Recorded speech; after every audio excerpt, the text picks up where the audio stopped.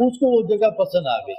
اس نے کہا یہ تو بہت زبردست جگہ ہے، اور چلو میں اجازت مانگتا ہوں اللہ کے نبی صلی اللہ علیہ وسلم سے، ادھر رہوں گا، پانی بھی ہے اپنے لیے، سبزی وغیرہ وہ بھی میں اگاتا رہوں گا، اسی پہ گزارا کروں گا، یہاں رہوں گا.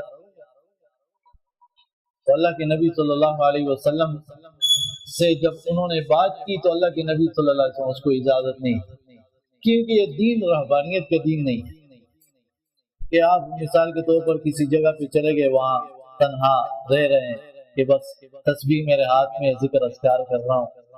نہیں، یہ آپ خود بھی اپنے آپ کی اصلاح کرو گے اور دوسروں کی بھی اصلاح کرو گے، اپنے لیے بھی جیو گے، دوسروں کے لیے بھی جیو گے. جانور کے تمام جانور اپنے لیے جی رہے ہیں، اب انسان بھی صرف اپنے لیے جیے تو پھر انسان اور حیوان میں فرق کیا؟ انسان دوسروں کے لیے بھی جیتا رہتا ہے، اور دوسروں کے لیے جینا یہ کہ وہ دنیا کی تکلیفوں سے بھی بچ جائے، اور سب سے بڑھ کر یہ کہ آخرت کے عذاب سے بچے، ان کے لیے کوششیں کرے. ہر انسان ایسا بننے کی کوشش کرے.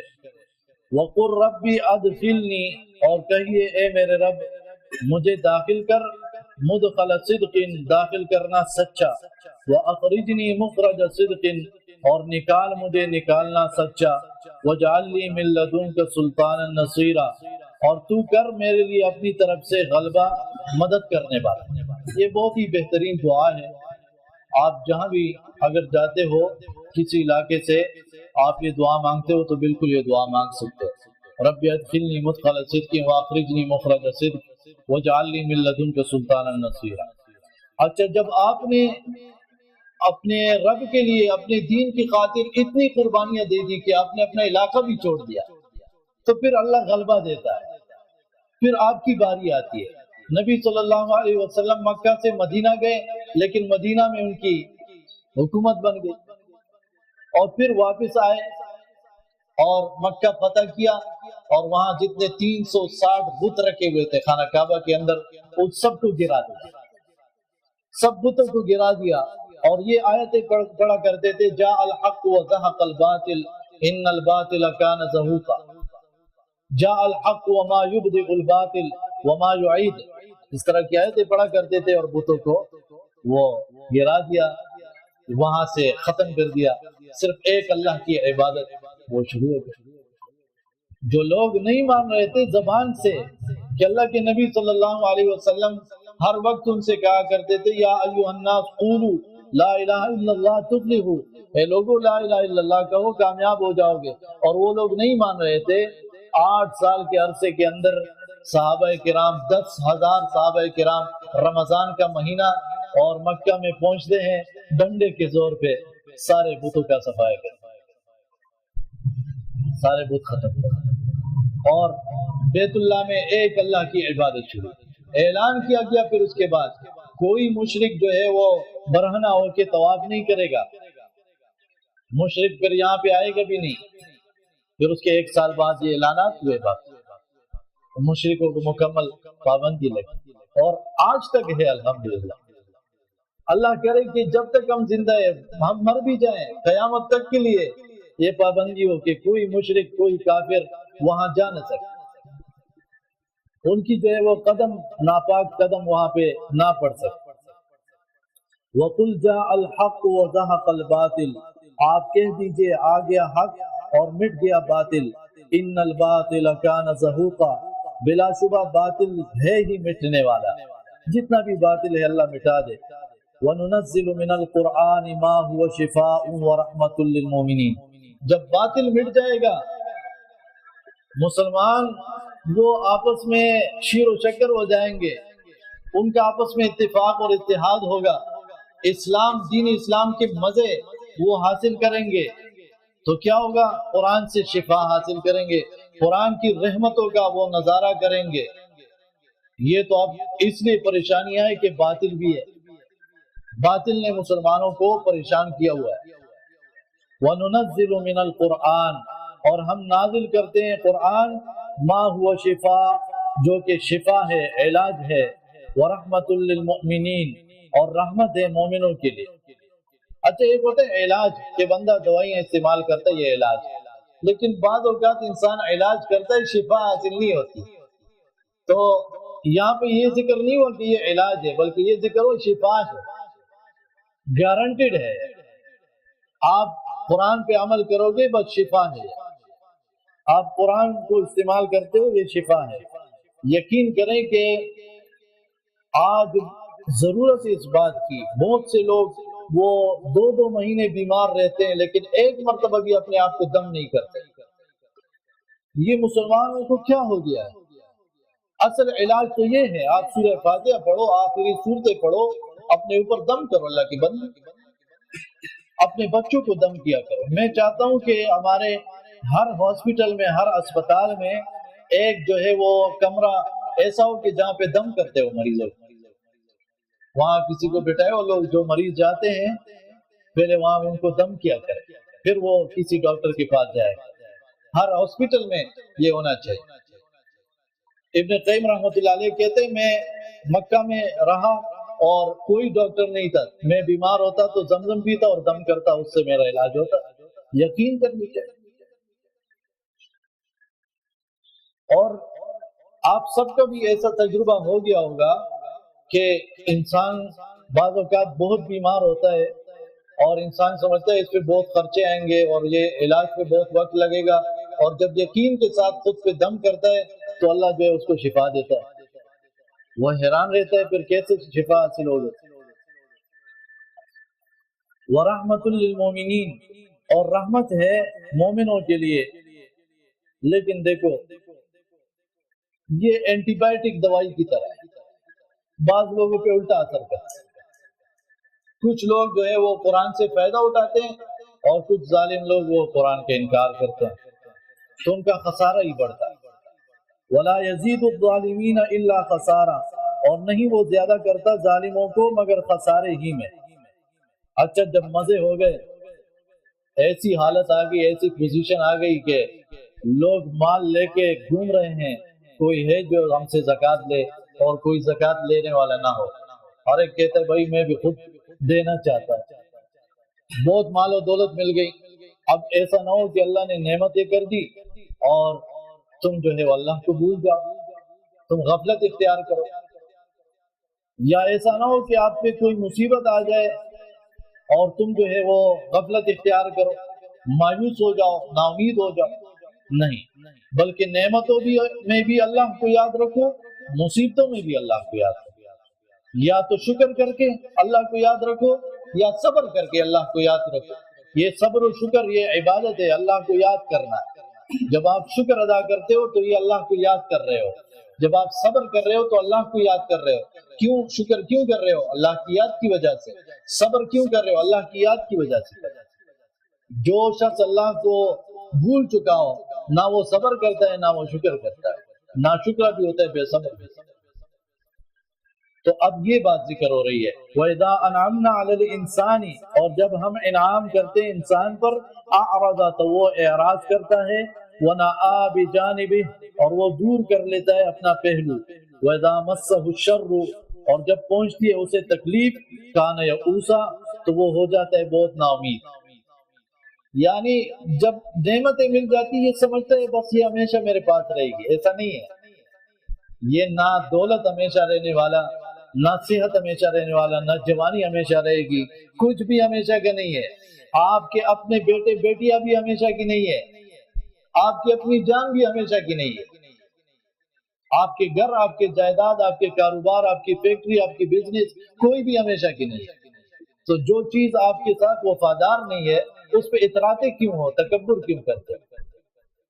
اور دوسری طرف کیا ہوتا ہے، ایک انسان جو ہے اس پہ مصیبت آتی ہے تو وہ نا امید ہو جاتا ہے، مایوس ہو جاتا ہے، کہتا ہے میری تو اولاد نہیں ہوگی، کہتا ہے مجھے تو جاب نہیں ملے گی، کہتا ہے مجھے تو صحت نہیں ملے گی، کہتا ہے مجھ پہ اچھے حالات نہیں آئیں گے، کہتا ہے میرا تو کبھی اپنا گھر نہیں بنے گا۔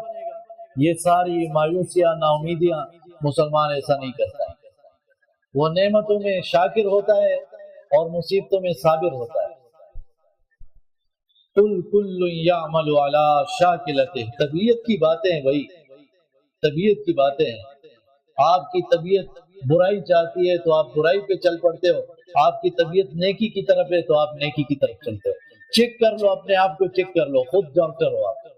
اپنے آپ کے لیے انسان خود ڈاکٹر ہے. بل الانسان علی نفسہ بصیرہ. ابھی جو نماز میں یہ صورت پڑھی گئی اس میں یہ بات ہوئی نا، بل الانسان علی نفسہ بصیرہ. انسان اپنے آپ کو خوب جاننے والا ہے.